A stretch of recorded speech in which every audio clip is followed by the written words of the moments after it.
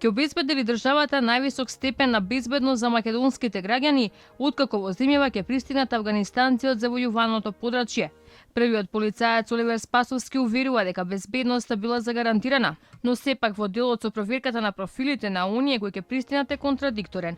Првично вели дека бегалците не се радикали, за потоа да најави дека откако ќе пристигнат во Македонија, ќе бидат правени проверки за да можат слободно да се движат низ населението. Цивили, лица кои што не се радикали или лица кои што можат да предизвикуваат било какви проблеми од овој аспект. Постои процедура за издавање на дозвола за привремен престој.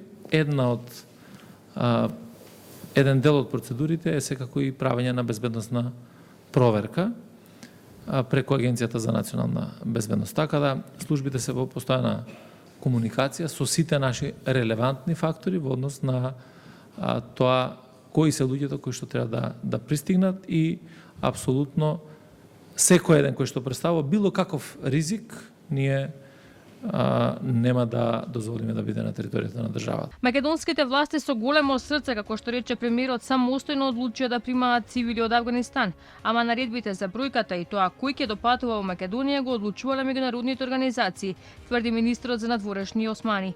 И додека во Македонија од ден на ден се соопштува се поголеми бројки на бегалци кои се очекуваат да слетаат на македонско тло, соседните земји безбедноста ја дигаат на степен повисоко од вообичаеното за заштита на нивните граници.